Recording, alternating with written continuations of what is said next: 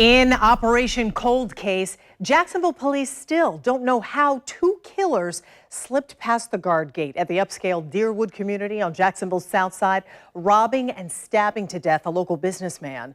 Today, 2 decades later, JSO's Cold Case unit is revealing more details about the case, hoping you can help them catch the suspects. They studied Saad Kawaf's routine, knowing exactly when the Southside businessman would be carrying cash from his convenience store at Forest and Beach Boulevards to the bank. Monday, May 17th, 1999, at 9:30 in the morning, two suspects somehow got into the gated Deerwood community on Jacksonville's south side, confronting the 39-year-old in his own garage, demanding money. Here, a composite sketch of the female suspect who confronted Kawaf's wife when she came running to help after hearing her husband scream.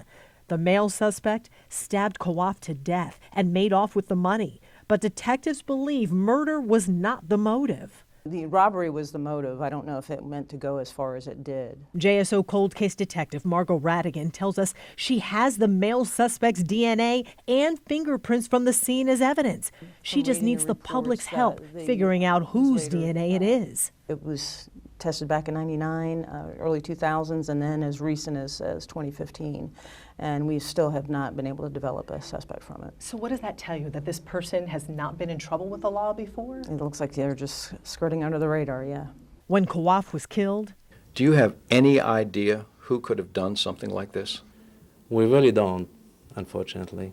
Kawaf's friends and family told our Tom Wills they were offering a $100,000 reward for information leading to an arrest and conviction. No one came forward.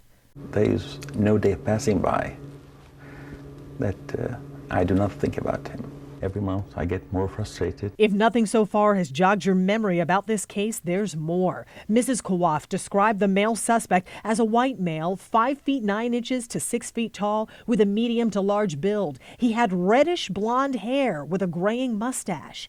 The female, very petite, about 5 feet 2 or 3 inches tall, very thin with blonde hair, but... What kind of struck me odd and was that she was there in a skirt, in a long skirt, which is kind of odd. It kind of stands out a little bit. And do you know anyone who drove a red Jeep Cherokee back then? It's what Kawaf's neighbor remembers seeing leaving the house that morning after the murder. So that was a vehicle that just couldn't be accounted for at the time. So we don't know if that's going to be a suspect vehicle. I mean, it was parked in the driveway. So. Now, the family was not available for comment today, but through the organization Project Cold Case, they say they're relieved to know their loved one hasn't been forgotten and that there's still hope to catch his killers. No tip is too small, and you can remain anonymous by calling Crime Stoppers. Now, there's no longer a $100,000 reward to catch the killers, but Crime Stoppers is offering a $3,000 reward in this case.